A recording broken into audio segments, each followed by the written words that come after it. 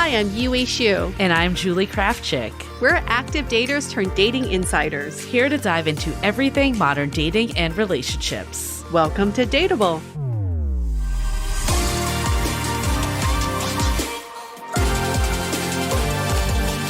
Hello, friends. Welcome back to our season finale of Dateable of season 20. Oh, I was going to say quick. Can you guess?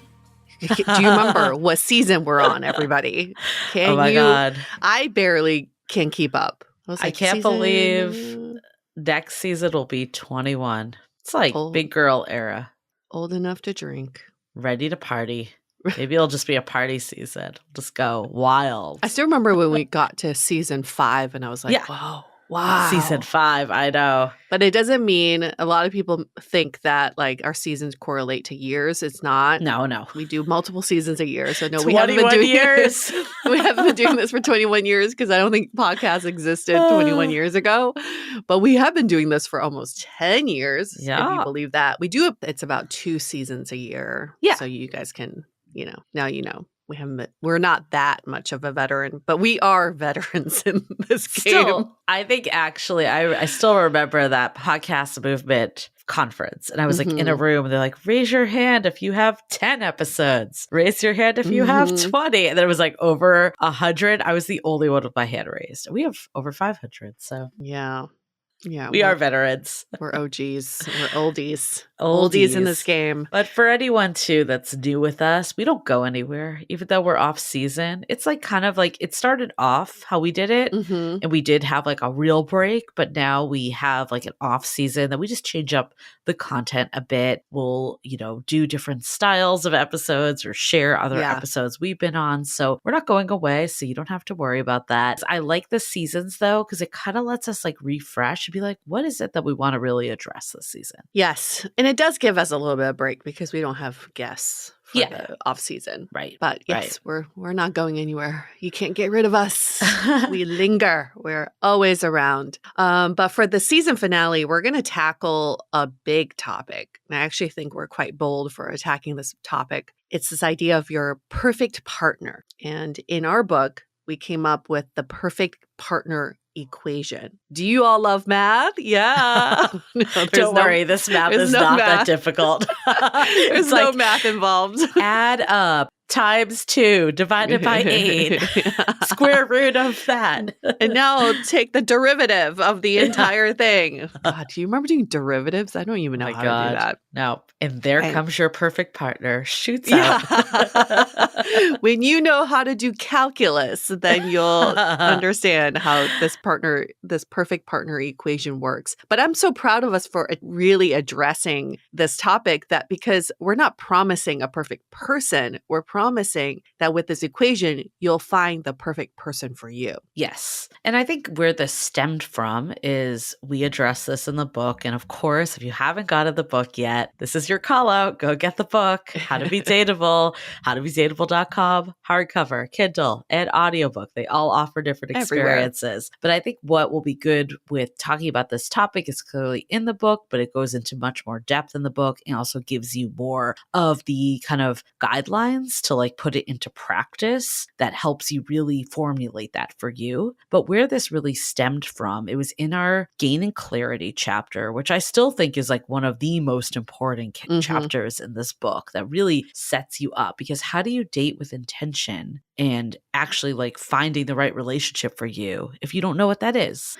And I think we misuse intention a lot. It's like to find a relationship, it's the end goal, where we're trying to take it a step back and be like, what am I really looking for here? Like, what is it that is right for me? Because going and finding something that's right for someone else doesn't matter. And what we see people do today is we figure out who is the right partner for us based off this either physical or mental list that we all hold. And this is, comes from just society of like, this is what makes a good partner. Maybe it's family upbringing. Maybe it's just like the qualities that you've been told all this time from media and society and all the stuff that is what you should be looking for in a partner. And a lot of times it's easier to quantify someone based on this information because you're like, oh, they're 5'8" or they're 6'5". Like I have a number, or they Yep. work at this job. And this is what we see dating apps go to, again, because it's easier to quantify. It makes sense. But the problem is by leaning into all of this, it's just someone's resume. It's not actually saying like, how is this person going to be like in a relationship with you? So that's what we want to get people out of that mode and then into something that's more customized for you. And then we also see people swinging the opposite side of being like, well, I don't know what I want, but I'll know it when I see it. That feels like the blind leading the blind. Right. And so many of us, when dating, question like, is this the right person for me? Or like, could there be someone else better out there for me? There's so many options, but then like, at what point do you stop looking? And then this person seems great, but am I overlooking something? I think like in this era of like too much information and too many options, we're all so confused and so lost in this clusterfuck of information that's out there. So that for many of us, and this is why we're in this love crisis, like decide not to choose at all or decide not to commit at all. So we're like, I can't make a decision. So hopefully, with this equation, it'll bring that clarity to you, but also give you the agency to leave a situation now that you know this person is not right for you, or to double down on a person because now you're like, okay, it's all making sense and it's all fitting together. I actually really believe like when we're unsure about someone, it's less about the person and more about us not really knowing our own needs and what it is that we want. And I think the more we can get in tune with what it is we want, and I hear people being like, but then am I limiting myself? And it's not that you need to be like, I want this person to look exactly this way and have this personality, but it's like more of these broad strokes that we'll be going through. That's when like you meet that person and you're just like, oop, yep, this is it. Yeah. I feel like in the past, for at least speaking for myself, I'm thinking of like situations before I gave any intention or thought to anything. Yeah. And it was just off chemistry. I was like, am I attracted? And is there chemistry? Looking back on that approach, I feel like I would have left my ex a long time ago if I had what I had now with a perfect partner equation. I think for that, I was just like in the feeling only and like the chemistry because that's all I had. So that was that side of the equation of not having like any vision. And then I think like when you maybe have too rigid of the list, then it's like the check marking. Like you're like checking people off and they can never pass and move forward. And I think this is that real basis of what actually matters. So you're coming in with a good feel, but you're not like locking it in so much that people can't get in and you can't have any room to like mold. Right. And it's important to point out that this equation applies to once you've gotten to know each other and sort of explored a relationship dynamic. Nobody's going to be your perfect partner out of the box. Like date one, you're not going to be like, yes, this is the person for me. Date two, you don't know. The equation actually takes you through how you two mold this relationship and build a relationship together, which is the most important thing. Like, I think in this era of so many options, when we ask the question, could there be someone better out there for me? The answer is very clear. No, because the next person you meet, you still need to build something with them. So straight out of the box, they're not going to be the right partner for you. You have to build that together. So we can take that question off the table. And I hope that actually alleviates some of this,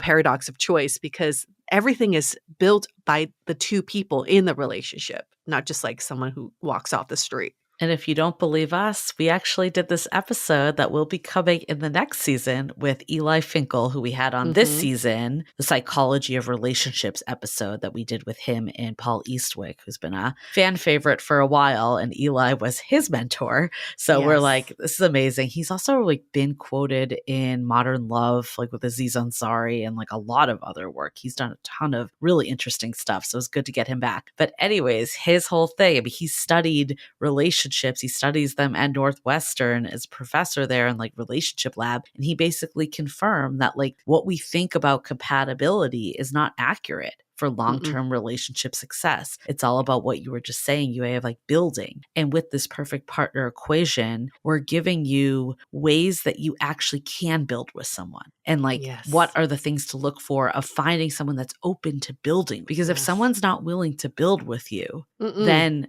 it's over. It You doesn't got matter what nothing. their resume is. They could be No. the smartest person, the most wealthy person, the hottest person. Who the F cares? Chemistry can't build either. No, it can't build a relationship. It can build good sex and chemistry. it can build a fun time Yeah. for a few days, Right. but it does not build a house for you. Yeah. Mm-mm.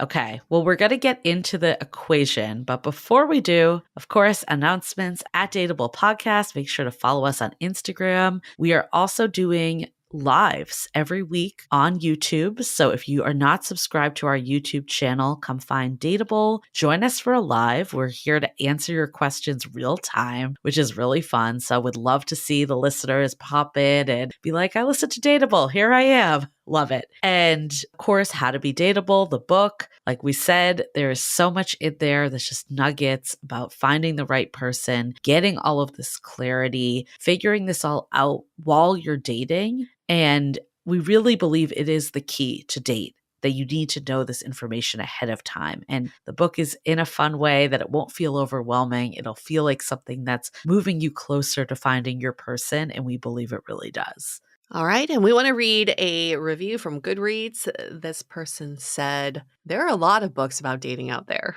most of which are very prescriptive and sometimes a bit condescending. It was very refreshing to read How to Be Dateable and get a realistic, thoughtful take on what it means to date in the age of dating apps and short attention spans. Both authors came across as relatable, thank you, and their advice was realistic. This is definitely one to check out if you're jumping into or already are in the dating pool. Love it. Makes me so happy. So yeah, and if you've read the book, please leave us a review on Amazon, Audible, Goodreads, whatever you use, Barnes and Nobles, all of them, wherever you got the book. Howtobedateable.com. You can get the audiobook, the hardcover, and the Kindle. They all offer different experiences, or maybe get them all. Cool. Okay. Well, before we get into it, let's take a minute to hear from our sponsors. Okay. Well, let's get into it. The perfect partner equation. The big piece here, like Yue said earlier, you're not finding a perfect partner. There is no perfect partner. You're not perfect. I hate to break it to you. No one is perfect. No one's perfect. But it's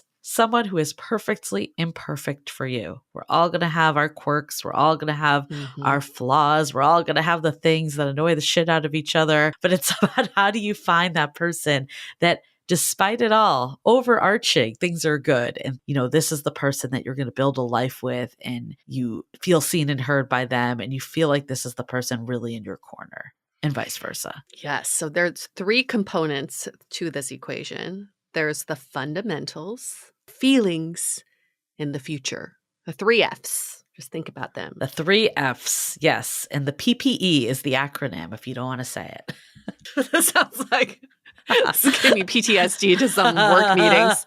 So the future PPE of the FFF is tripled in Q3. I just visioned like a pyramid, but yeah. Oh my God. Seriously, my work the other day was like, we love pyramids. We really love when slides have pyramids. Like, oh my God. This needs to go somewhere. This needs to be part of a sitcom. So this equation's easy though. It's just fundamentals plus feelings plus future. And the reality is all three need to be there. If just one is there, that's not going to work. Mm-hmm. All three need to play a role. And the biggest thing here that's again different than either having a rigid list or having no idea and just seeing it when it comes, relying on the chemistry, is all of this actually relates back to you and the person. How are you two operating in a relationship together? Yes. So we shall start with fundamentals. Fundamentals are basically describing the qualities of a person's character and their values, but instead of thinking about them as a list that we used to make back in the day, this list is in relation to you. So if your old list used to entail that someone has a successful or stable job, that is a fundamental that you can convert into, how does this relate to you? Well, I want someone who has financial literacy, who also holds the same financial literacy and accountability as I do, or who wants to contribute financially into a relationship the same way that I do.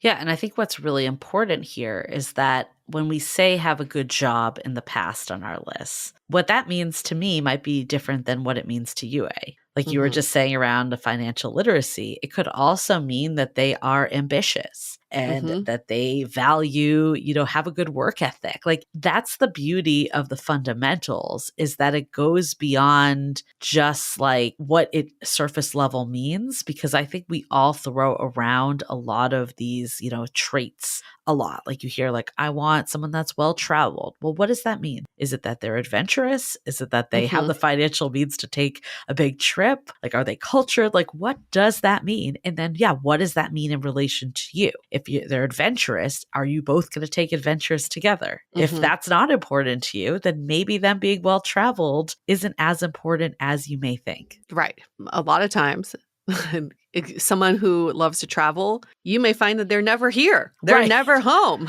Like, how Right. can you have a relationship with them? So maybe the fundamental there is I want someone who is eager to travel with me, to go on couples vacations, who loves planning trips with me, like involve you in the Yeah. story, because who they are just as someone who loves to travel has no impact on how they will be in a relationship. And what's nice about this too is that it lets you expand outwards, because I'm just thinking of that example. At the core of that is quality time, right? You want someone that spends quality time Mm. with you. Let's say you meet someone wonderful. Everything else is good, but they're not well traveled. One, are they willing to travel? That's one Mhm. piece. But also, can you spend quality time in your local environment? And would that actually meet that same core need? I think that's what we're trying to do here with this fundamental is expand it out a little. So we're not just so pigeonholed into this like one thing that we think we need in a partner. So then we can take you all through some general examples, because there's some like overarching fundamentals that people always talk about, and then how you can expand those out. Because I want to address the elephant in the room, which is height.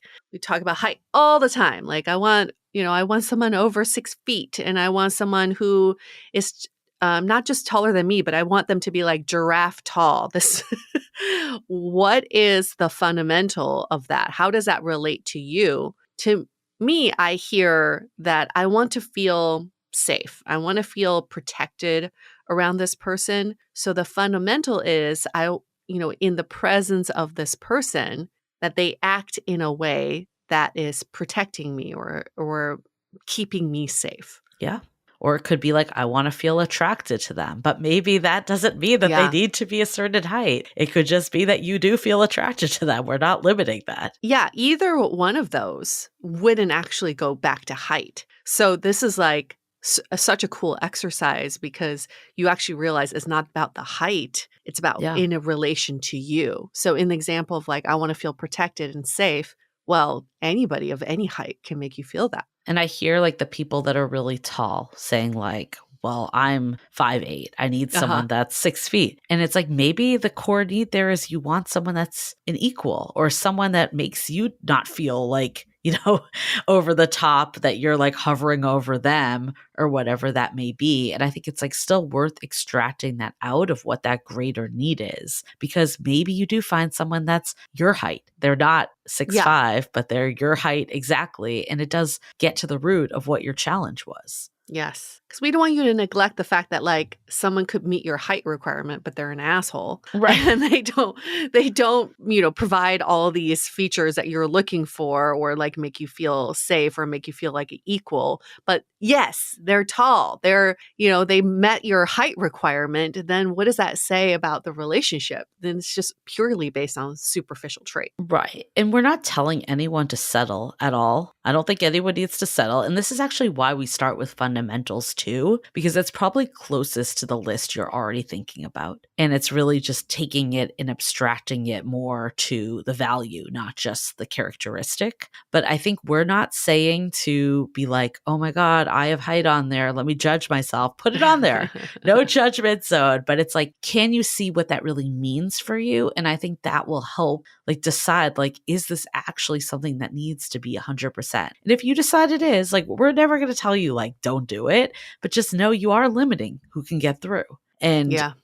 at the end of the day, is that the number one thing for you? Like, Yeah. would it be, I don't know. It's just funny, like when people arbitrarily even put like age on dating apps. It's like if you put 39, it's probably because like you're trying to like do a 40 cutoff or whatever. Yeah. But like, Mhm. really, is someone 40 like that different than 39? I know.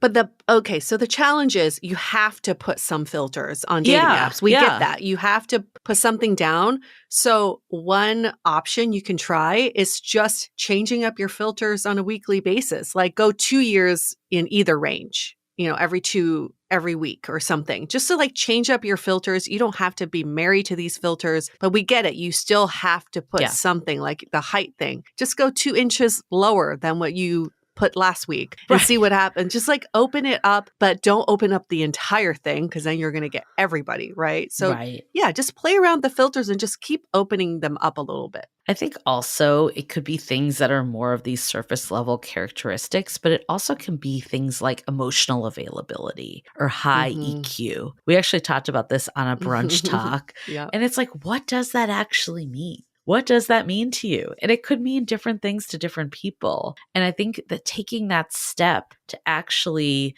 define it will really help you and know what you're looking for. So when you see it, it comes. Yeah. So this question of education, many of us are like, oh, I need them to be college educated. And some even go farther and say, I need them to have at least have a master's degree or graduate degree. So then if you pull that out and say, what is a fundamental? What is that? What does that fundamentally mean to you? It means you want someone who values education and learning the way that you do, or maybe you want someone who is as curious Mhm. about new knowledge and new topics that you are, or maybe you just want someone who wants to learn with you. Like keep learning in life with you. And that doesn't always have to mean education or a degree. It's a mindset. Right. Or sometimes we take education and we say, oh, if they're educated, they're successful. First of Yeah. all, that's not always the Nope. case. Plenty of unemployed graduates out there. Yeah. So that's not always the case. But then also you could find someone that maybe doesn't have the education levels you thought were important that has that success. So again, it's like, what does that mean and what is it backed out to? I think we see this a lot with hobbies. Mm-hmm. And when we talked to Eli Finkel, he basically was like, hobbies mean nothing. Like, they do Yeah. not do anything. We see this a lot. I remember I had this happen a couple times actually. One time when I was doing a phone screen over the pandemic when I was dating, I didn't Mm-hmm. even meet this person at all. Like, didn't even have a video call or anything. And before we got on there, they were like basically seemed like they thought we were a good match. Yeah. After the call, I thought it went well. Clearly, maybe there was something else that rubbed them the wrong way. It's hard to know. But it was like a 5-minute call. They basically said they didn't think that we were a match because I wasn't into snowboarding. Right. Right. And then I also got another person where I did a video call that said that they think we're a match because I wasn't into sci-fi. Right. And I feel like both of those just feel so limiting to me because I don't know. I think also it's like, what's the abstraction? Like, what is it you really want? And maybe I Yeah. have it, maybe I don't. But even like thinking about snowboarding, my partner likes snowboarding. We go up together. I don't go, but he goes on his own with other people and it's Mhm. not a problem. But if he was like, I need to snowboard all the time and it's so core to me, like, what is that deeper thing? And do they still have it? And if they don't, that's also okay. But at least you know the core of what you're asking for. And if you do encounter someone like that now that you know the perfect partner equation, you can easily move on from this person who is still stuck in the superficial features. If someone really comes at you and they're like, I need someone who snowboards, then you know, wow, this person is not matured at the level that I need for a partner, like just based on that alone. Yeah. Okay. Well, fundamentals, we actually have this whole putting it into practice section in the book where we'll help you take your feature on a list and turn it into a fundamental. So if you're like, okay, this sounds good in theory, I'm still not really sure how to do this, definitely get the book. It's all in there. But even if you're like, yeah, I get it, still get the book, but it's there for you. Yeah. Yeah. And you may find that there's some superficial features that you're like, I just can't let go of. I mean, I just can't. I need someone who has to be this one thing. Like, fine, leave it on there. Right. We're not gonna fight you for it, but soon you'll realize, yes, you have it on the fundamentals, but it's just so far down the list. Like, it will probably be buried down the list. True. Okay. Next is feelings. Feelings. Okay. So I think feelings in the past, I used to conflate this with chemistry. Like, I feel amazing around this person. And while that is some of it, it's not nothing, but it's definitely not all of feelings. I think feelings at the core is like, how does my nervous system feel when I'm in the presence of this person? And also when I'm not in the presence of them. I think that is so telling. If you feel on top of the world when you're together, and then you feel like an anxious mess of a person when you're apart, that's telling you something, and it's something to think about. It will help you to think about, how do you want to feel around your partner? And no, don't think about it as a date context, because dating is so different than in a relationship. In like an everyday basis, if you're seeing this person, how do you want to feel in their presence? It's not excitement. I'm sorry, but in a relationship, you're not going to be like, every day I want to feel excited in their presence, but I want to feel calm. Like, for me, in recent years, I've realized I want to feel calm, peaceful, and I want to feel free around this person. Think about that. Like, every day, if I'm walking around the house and there's this like the other human around me, what are those feelings I want to feel? Well, I just remember like when we had that episode with Connor Beaton, which is a men's coach, and we had him on, and the episode was about emotional availability, everyone's favorite topic. And at the time, I was dating this guy that started off very open and seemed all in. Of course, like all of a sudden, just couldn't make any time, couldn't find an hour to meet up. It like switched, something switched. And I was like, are they emotionally available? That's where my mind went to. That's the big question I had for him. Like, are they just not emotionally available? Is that why they don't have capacity? And he flipped it on me completely. And he's like, who cares if they're emotionally available? Really? Who cares? How do you feel right this second? And I felt horrible. And he's like, what are you feeling? And I'm like, I feel like someone like kicked my stomach. Like, I feel like a sucker punch and all the nerves in the stomach. And it's because I'm not being prioritized or feel like I'm being prioritized. And that gave me the ammunition to be like, this is not right. This is not what I'm looking for.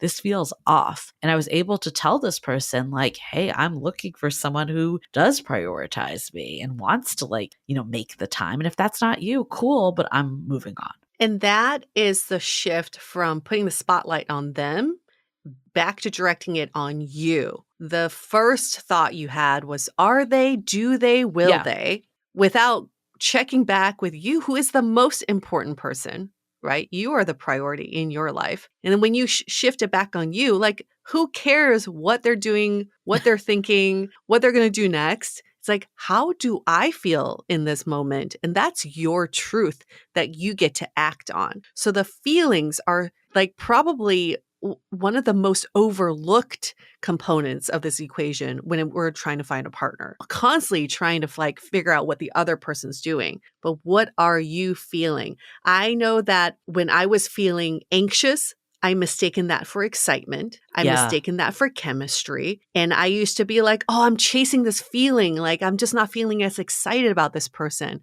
Then I realized, oh, the excitement is actually from me not knowing what the other person's doing and putting me in a funk. But then they would come back and say, hey, and then it get me going again. That was the excitement cycle that was not good for my nervous system. So I took that entire feeling off the table. It's like, I don't ever want to feel that way again, because I feel like I'm being dragged around and it's exhausting. Yeah. 100%.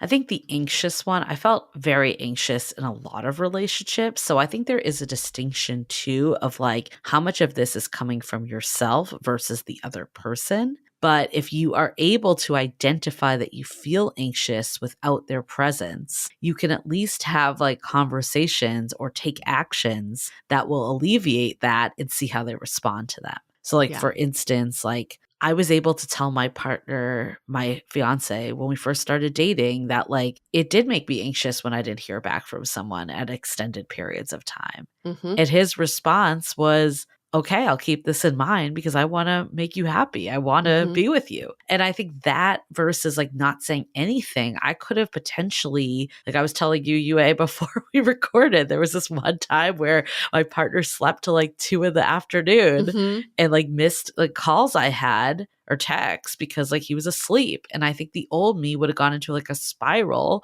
but because I felt secure in this, because we had those conversations, I was a little concerned like something happened to him, but I wasn't like Yeah. concerned like our relationship was in jeopardy or like Right. this is like so fragile. And I think like the how someone responds, like people can't be mind readers, but you can't actually put it out to them if you're not in touch with how you're Yes. feeling in the first place. Yes. And how do you want to feel? Yeah. Yeah. And so many of us suppress that. Like, yeah, like you said, the old you would have just suppressed it and then gone on in this anxious spiral. Totally. But then if you say it and you present it, I want to feel more secure. I want to feel like, more at ease in this relationship. For me to feel that way, I need to hear from you and I need to get these texts back. That's already putting you in a better position. Yeah, I think also if I was to look back on my last relationship, the feelings were like a roller coaster. It was like some Mhm. days I was on top of the world and other times I was like in a Yep. depression about it. Like that's saying so much. So much. So much. Like, do you want to live your life that way? Like, do you want that to be your day to day, how you're functioning? Absolutely not. That's not sustainable. Oh, not at all. And those are the relationships that get us They because are. the highs are so high, Yes. not because the relationship's so good. It's because in comparison to the lows, they Right. feel so high. Right. It is all just comparative. But if in a healthy, stable relationship, you don't get those like extreme highs or lows. You just No. don't. I actually think we should address when you're feeling like it's boring Yeah. because I think there's two different things. I think boring could just mean that things are peaceful and Mhm. that there's no drama and there's nothing going on. Or boring could be like, I really don't enjoy the company of this person I'm around. Yes. And I think those are Yes. very different. If you're like, oh, this feels boring, maybe it's like abstracted a little further of like, what feels boring? Like, what is it that feels boring? Yeah. Yeah, and sometimes it's just like I don't have any curiosity to Yeah, learn more about this person. Probably just means you're just like really not into it. But that's not boring. Like that person could be really interesting to someone else. So right. then in those situations I think about like set them free. There is someone Right. else who's going to find this person so extremely interesting. And then in the book, too, like this all ties into what we call a dating North Star. So there's a whole way Yeah. to figure that out for you. But a big piece of that is what are your core needs? And we actually have an exercise, too, that ties back your core needs to the feelings. So if you're like, I don't know what I want to feel, this will Mhm. help make that connection for you that you're like, okay, I value feeling safe. What does that Mhm. feel like? Yep.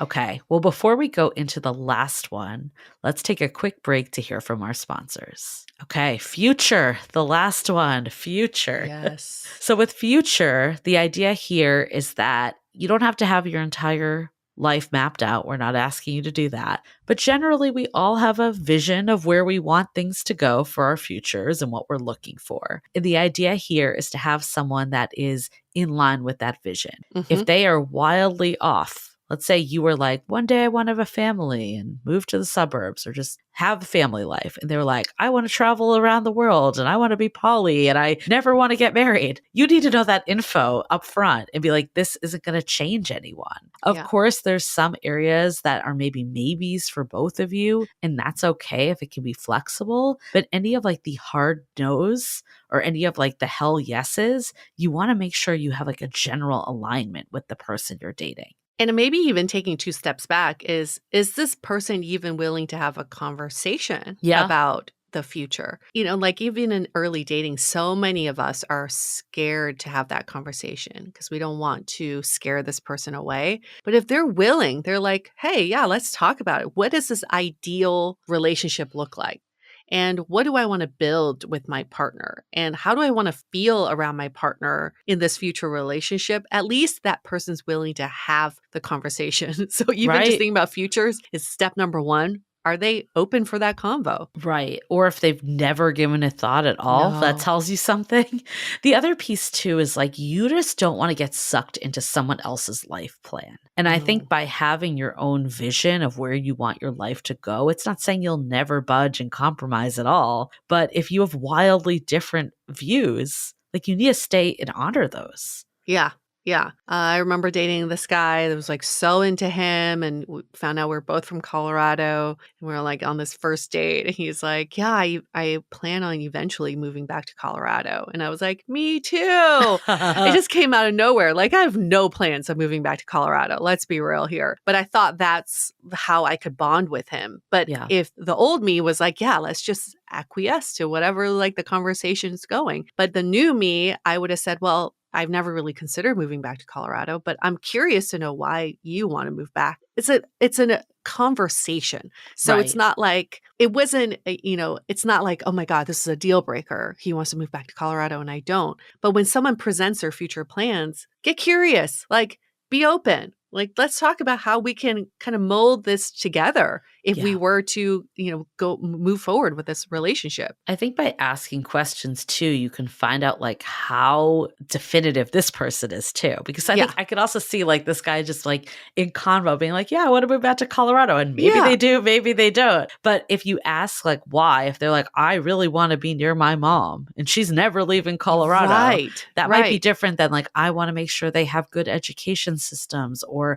a suburban lifestyle. That could be anywhere. That could be anywhere. Yeah. And it's not about what you're married to in the future. It's not like, oh, I'm definitely moving back to Colorado and I got to make sure that I find someone who wants to move back to Colorado. But it's presenting this future vision together and seeing if someone can collaborate with you. Right. Say, oh, I can see me raising kids. Like, this is not even a kids conversation, but you can bring it up. Like, I can see me raising a family in an environment where there's a little bit of this and a little bit of that. And I can see us, living a life that looks like this, and see if they're also kind of aligned in the same way. I had a friend who was dating someone who had this like digital nomad life planned out. And he's like, I don't see myself having a home base. Right. I just saw me with a suitcase and just moving all around the world. She was very attracted to that, but as a future life, that's not what she wanted. Right. So what you may be attracted to someone in dating is very different than what you're willing to build with someone in a relationship. And people can change their minds, but we Yeah. shouldn't gamble and bank on No, them changing no. their minds. Like we should be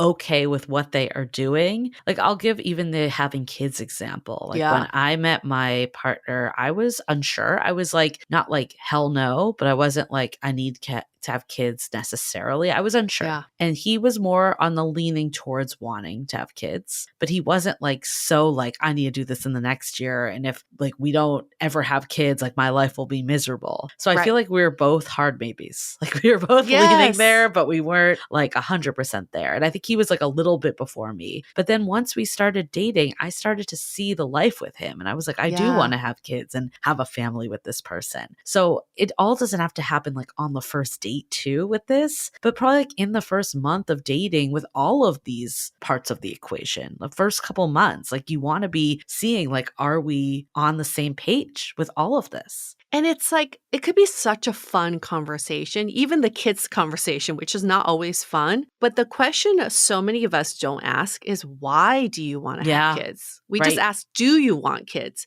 And when you hear someone's answer, like when someone's like, oh, I want to be able to really teach the things I've learned and share my wisdom, to pass down some of my wisdom, or to have them meet my amazing parents and call them their grandparents. That gives us so much more dimension into this person than someone who's just like, yeah, I want kids because, like, Right. that's what you do. People That's what have everyone kids. does. Yeah. Yeah. No, I think it's important. And we help you also visualize like what it is you're looking for and how you can kind of have that balance of, I know what I want, but I'm adaptable also. Like where are Yeah. those areas that are the definites versus the I'm open to seeing with the right person where things go. Maybe you're like, I don't get a visceral reaction to moving to Colorado. I could move Yes. there. Or I couldn't Yes. move there and we'll see. Yes. Or you're like, hell no, I want to stay here 100%, whatever it is. So Well, like the quote that we keep recycling was like, you don't have to be on the same page, but be in the same book. And I yes. think it's just moving in a similar direction. It has doesn't have to be exact match.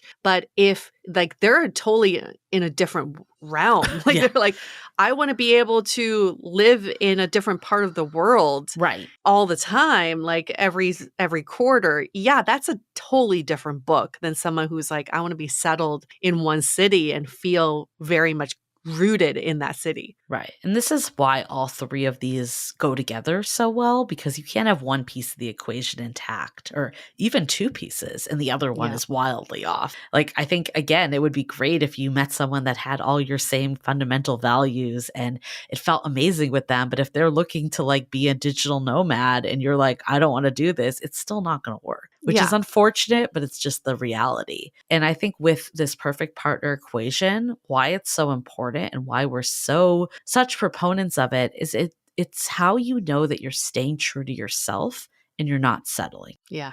Yes. Just finding clarity. This is why it's in our finding clarity chapter, because so like think about it, like in the world, all the information is already presented to you. It's in front of you. And we walk around every day with filters. So if your filters are clear enough, it will filter out the things that don't serve you and filter in the things and the people that are right for you. The clearer our filters are, the clearer your options and your choices will be, and the clearer your decisions will be. Yep.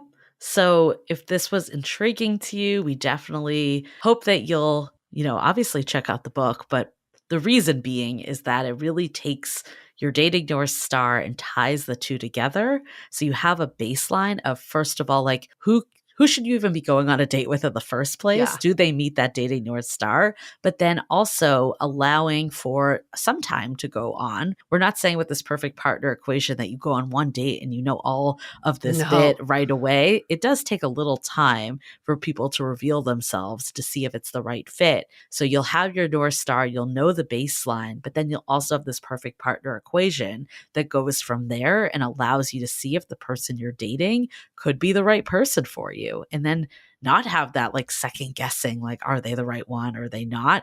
You feel confident because you know what you're looking for. Right. Or maybe you've already even met them. Maybe you've already even met the person. That's my theory. Maybe. Yep. Possibly. Yue has the stargazing theory that is also there. It's the filters. If you walk around the world with filters that are clear, then maybe it's going to filter in the people you've already met. That's true. You never know. You never know. Cool. Well, thanks again, everyone, for being with us for another season. Cannot believe we're ending season 20.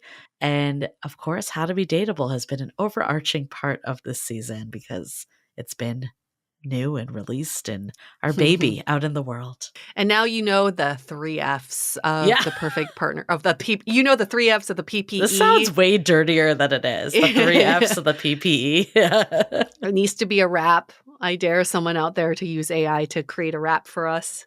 So you are now equipped with so much information and so many tools to carve out the love life that you've always wanted. Yep. And that's all we want for everyone. Awesome. All right. We're going to wrap up this episode and this season. Stay dateable.